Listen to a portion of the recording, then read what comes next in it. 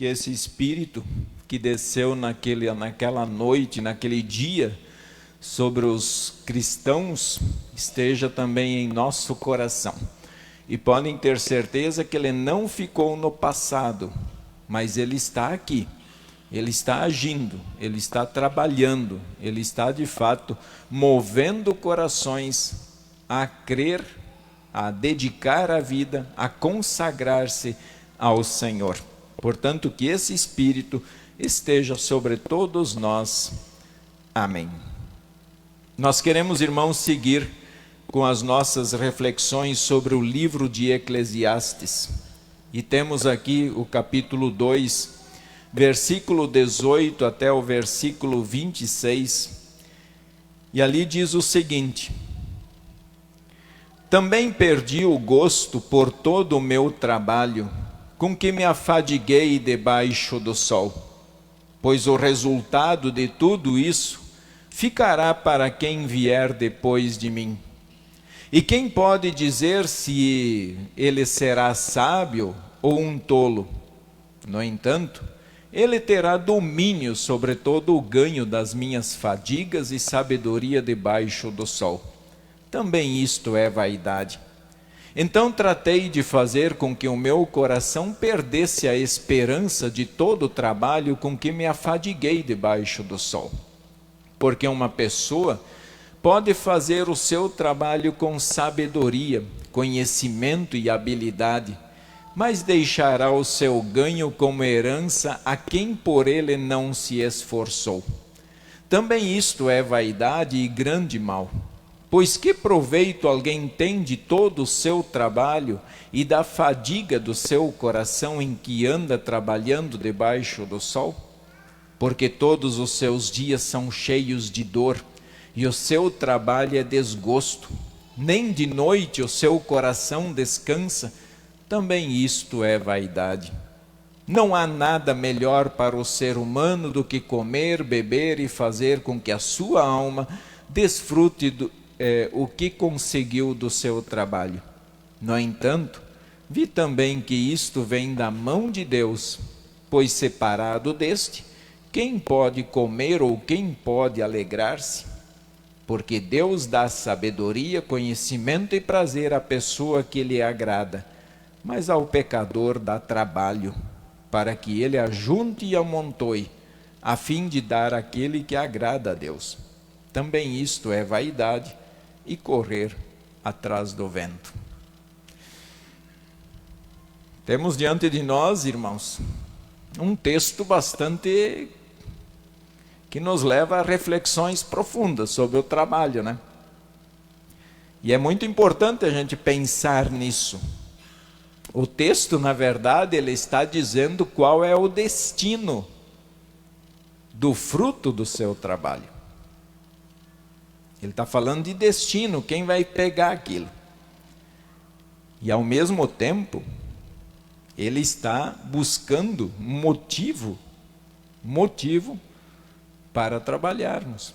Ele está nos dando motivos para trabalharmos também. O pregador aqui não está incentivando as pessoas a não trabalhar, a serem preguiçosas e a dizer, não, então está tudo acabado. Vamos parar de trabalhar. Amanhã eu peço demissão da congregação Concórdia, eu não preciso mais trabalhar. Vocês vão todo mundo pedir demissão do seu trabalho, vão sair. Não é isso que o pregador está fazendo.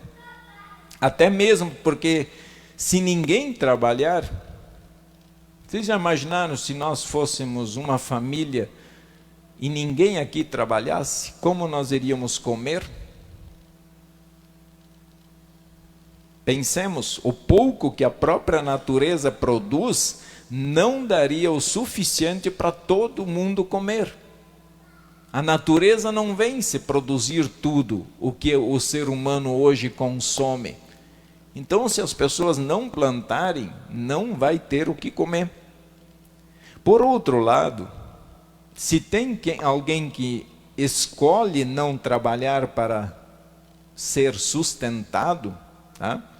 Alguém terá que trabalhar por ele. Se alguém de nós aqui chegar em casa e falar, a partir de hoje eu não trabalho, você vai depender de alguém. Alguém precisa trabalhar para você. Alguém precisa pagar a sua conta. Não tem choro. Esse é o caminho.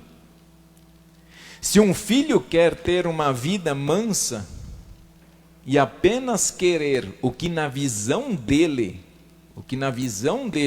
é bom, né? Eu estou repetindo aqui, o que na visão dele é bom, não que seja bom, mas na visão dele, se ele falar assim, eu não vou trabalhar porque eu só quero o que é bom, seus pais terão que trabalhar e sustentar o seu filho. Mas até quando? Até quando os pais aguentarão isto? O pior é que isso acontece, e muito. Filhos que deitam nas cordas e dizem, não pedi para nascer, então meu pai que se vire para me criar. E não trabalha. Não trabalha. E o pior de tudo, que além de receber tudo dos seus pais, ainda sai falando mal deles. Ainda fala mal deles. E isso quando os filhos não resolvem matar eles ainda. Para ficar com a pouca herança que tem, e com aquele dinheiro que foi juntado, não vão viver muito tempo.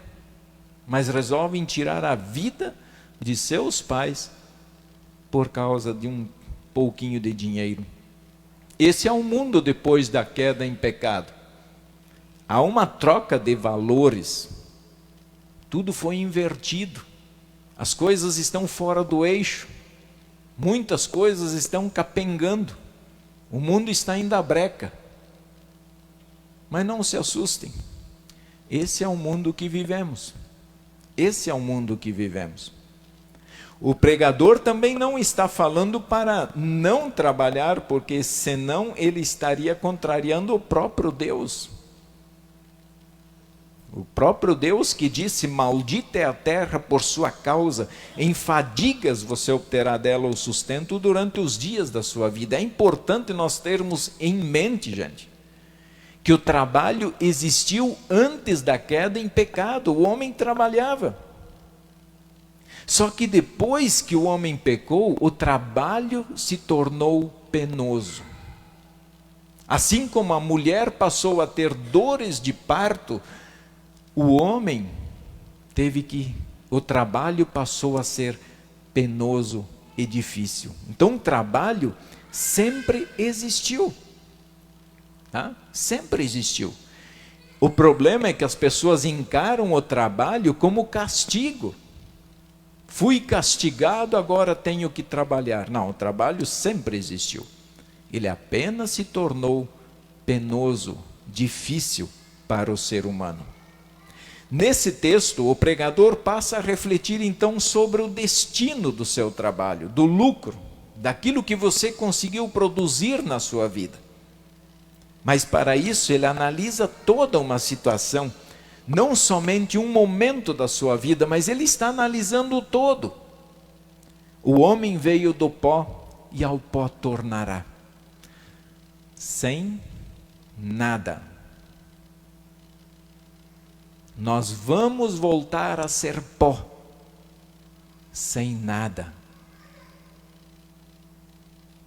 A Bíblia sempre disse a verdade com o que acontece na hora da morte com os nossos bens. Eles ficam aqui. Eles ficam aqui. Nem uma nota de R$100 você consegue levar. Nada. Permanece exatamente tudo no seu devido lugar quando você morre. Os filhos que terão que dar um jeito depois de arrumar aquilo que ficou, que não deu tempo de arrumar antes. E isso não há negociação, Deus não negocia isso conosco. Não há como mudar essa realidade. Então, irmãos, eu penso que nós podemos assim analisar esse texto com de uma visão interessante. Vou convidar minha filha Milena para vir aqui um pouquinho, Milena. Se ela quiser me processar, tem advogado aí dentro depois, ela, tá? Então tu vai ficar só paradinha aqui, tá? A Milena aqui vai representar cada um de nós, tá? A Milena, ela é o trabalhador. E a gente vem no mundo, a gente nasce, nós pedimos para nascer? Não, pela bênção de Deus a gente nasce. E nós nascemos pequenos, nós vamos crescendo, e nós vamos criando habilidades, nós conseguimos arrecadar dinheiro. Através do fruto do nosso trabalho, nós conseguimos juntar um certo patrimônio na vida. E esse patrimônio pode ser aquele dinheiro que você tem na conta, pode ser o seu carro, pode ser a sua casa, pode ser o seu gado, pode ser a sua fazenda, pode ser, enfim, tudo aquilo que você tem. Está ali. Então você lutou, batalhou, suou, estudou, gastou, investiu, e muito, horas e horas sem dormir, quem sabe dormindo em cima da mesa de estudo para conseguir aquilo que você tanto quis. E você consegue. Está ali o fruto do seu trabalho. No entanto, e à medida que a gente cresce, também nós temos filhos. E aqui, todos vocês são os filhos, agora aqui representados da Milena, né? Todos são filhos, herdeiros. Então, a Milena trabalhou, lutou, suou, conseguiu, não dormiu, passou mal, ficou doente, gastou e continuou ganhando e conseguiu juntar muita coisa, mas não aproveitou muito. E isso aqui vai ficar. Chega um momento, então, que ela vai se deparar com isto. E não tem jeito. A Milena, então, cada um de nós, com uma certa idade, a gente já diz, olha, eu acho que eu já passei da metade da minha jornada. A Milena olha para isso aqui e olha para os seus herdeiros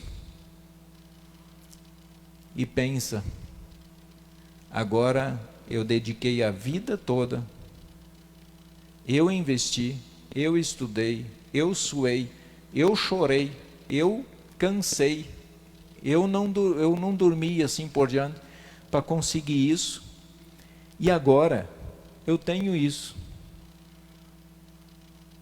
E todos os herdeiros que não fizeram nada vão brigar por causa disso. Vão ganhar isso de presente, de mão beijada. É justo? Obrigado. Talvez alguns vão questionar Deus por isso. A morte vem, a morte chega para te separar daquilo que você lutou, daquilo que você batalhou. Ela vem te separar até mesmo dos teus filhos, dos teus netos, de daquelas pessoas que você ama. Tudo vai ficar para eles. Essa é a realidade do texto que o pregador está trazendo para nós. Vejam que ela vem para nos mostrar a fidelidade de Deus. A morte, quando ela chega, e vocês são testemunhas que muitas vezes eu disse, no momento de um sepultamento, a morte serve para mostrar a fidelidade de Deus, o quanto Deus é fiel. Porque Ele disse, no saí do ventre da minha mãe e no voltarei. O Senhor o deu e o Senhor o tomou, bendito seja o nome do Senhor. O Senhor o deu e o Senhor o tomou. E louvado seja o nome do Senhor por isso. O pregador então está olhando para todos os seus bens e olha para os seus herdeiros, para aqueles que não fizeram nada. E ele diz assim: visto que o seu ganho eu havia de deixar a quem viesse depois de mim, e quem pode dizer se será sábio ou estulto? Contudo, ele terá domínio sobre todo o ganho das minhas fadigas.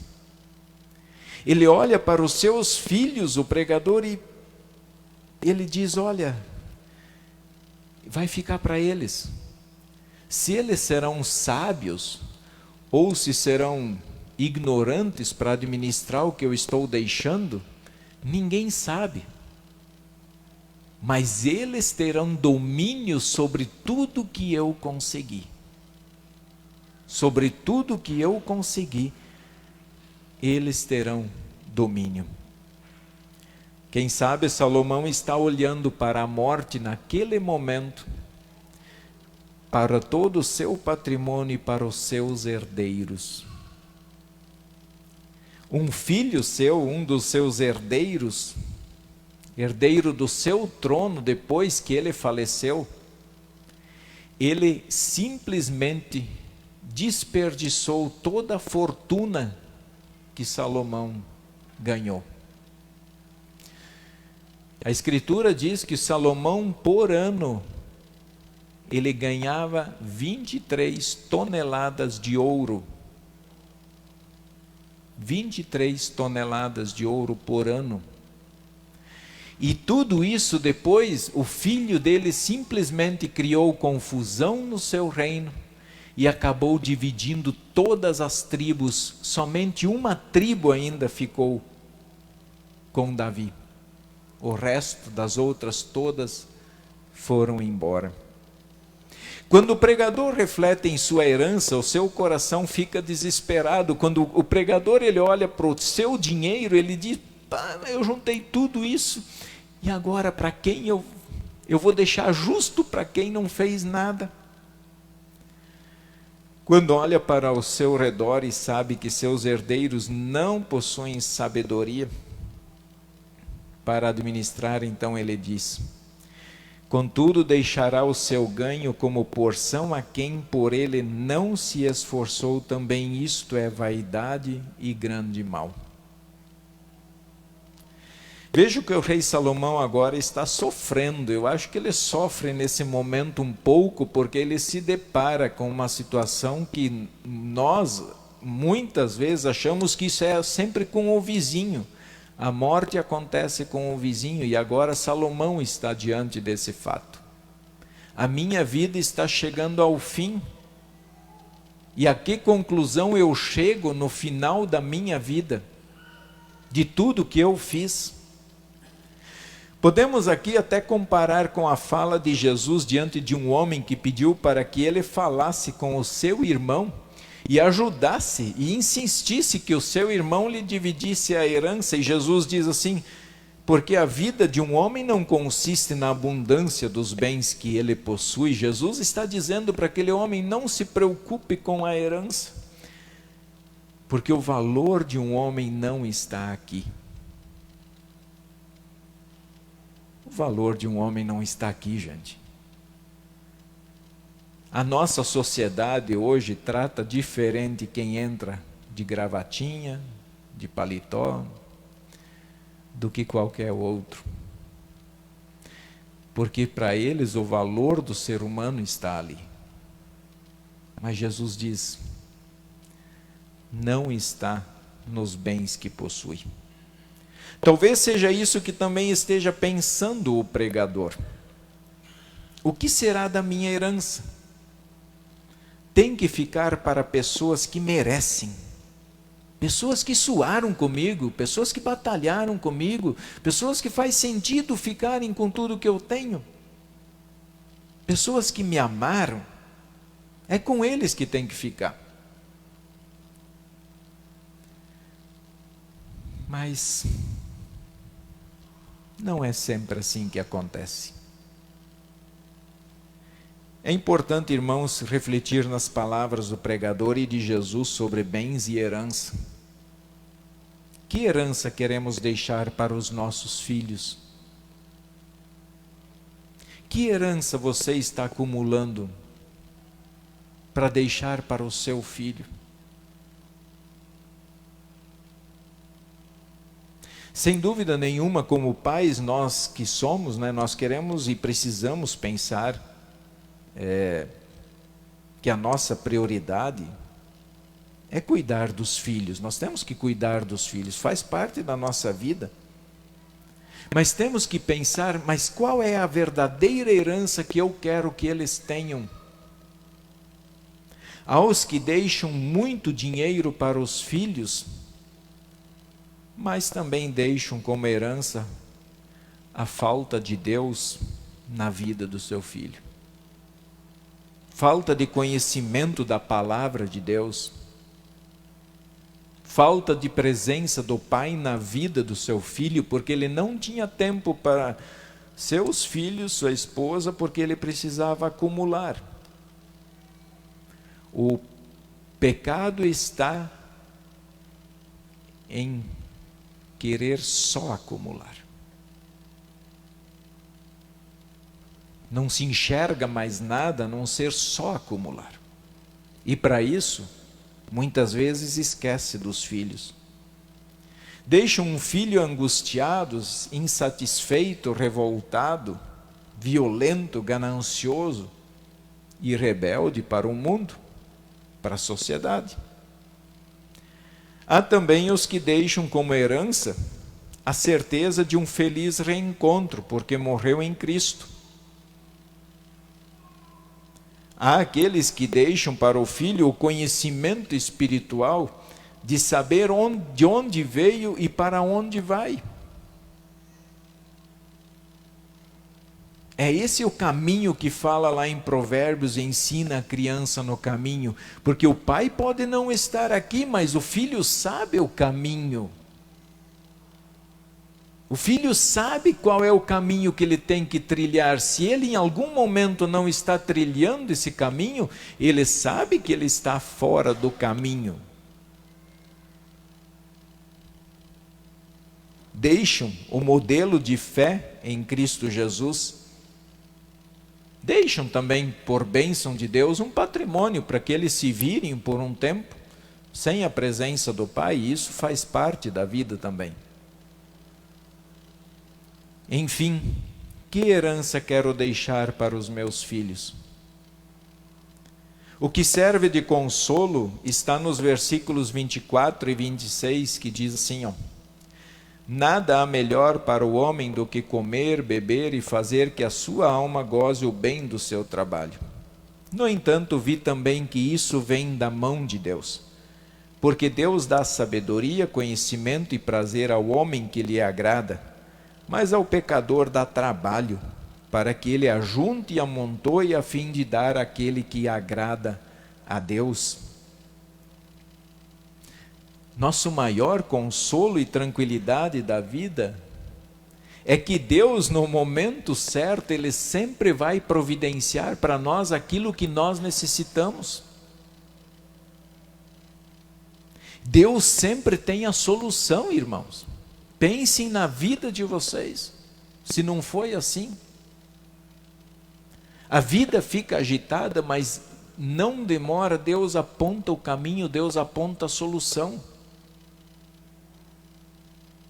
Mas quando o seu coração fica aflito, fica desesperado, você não consegue mais enxergar e nem ouvir a voz de Deus, porque o teu foco está em outro lugar. Deus sabe do que você precisa, não se preocupe. No momento adequado, Ele vai providenciar. Como cristãos, é claro que nós iremos seguir trabalhando, nós temos que trabalhar. Não tem como abandonar o trabalho, porque o trabalho é criação de Deus. Se alguém quer saber quem inventou o trabalho, fale com Deus. Tá? Nós temos que seguir trabalhando, porque Deus nos criou para trabalhar. Mas nós vamos continuar trabalhando com honestidade, sem precisar enganar nos negócios. Nós vamos ser cristãos honestos naquilo que a gente faz, para ter o nosso salário honestamente. E à medida que Deus quiser acrescentar um patrimônio a mais, uma bênção a mais, isso é por conta de Deus.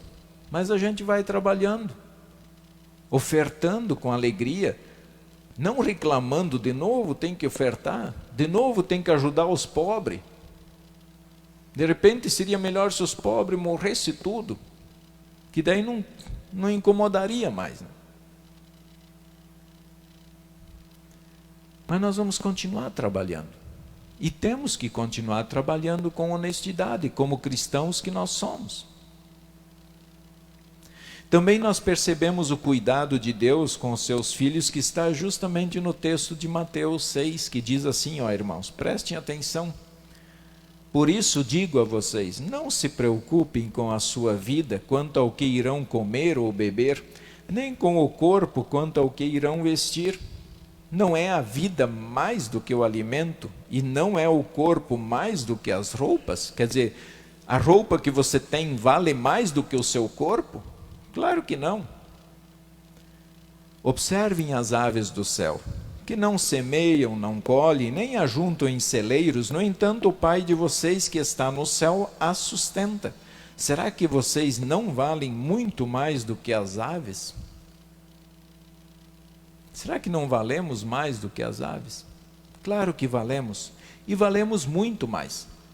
Valemos tanto, muito a mais, a ponto de Deus enviar o seu Filho para morrer lá na cruz.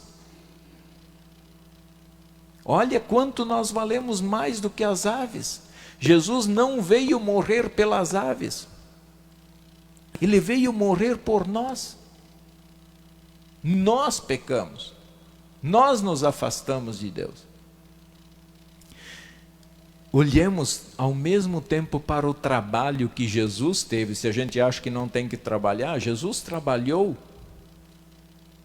Jesus trabalhou para nos resgatar do inferno e nos dar não uma herança perecível, mas para nos dar uma herança, um reino de Deus, com plena paz, com amor perfeito, com um corpo perfeito e uma vida eterna. Essa é a nossa herança no céu.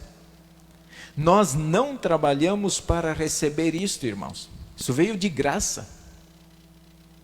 Então, se o pregador estava com peso de consciência que vai morrer e vai deixar para quem não trabalhou, Jesus morreu. E ele disse, a salvação é para vocês que não fizeram nada por ela e nem podem fazer. Ela é presente de vocês. Ela veio por vocês. Ele trabalhou por vocês. Ele nos deu de graça. A salvação é de graça.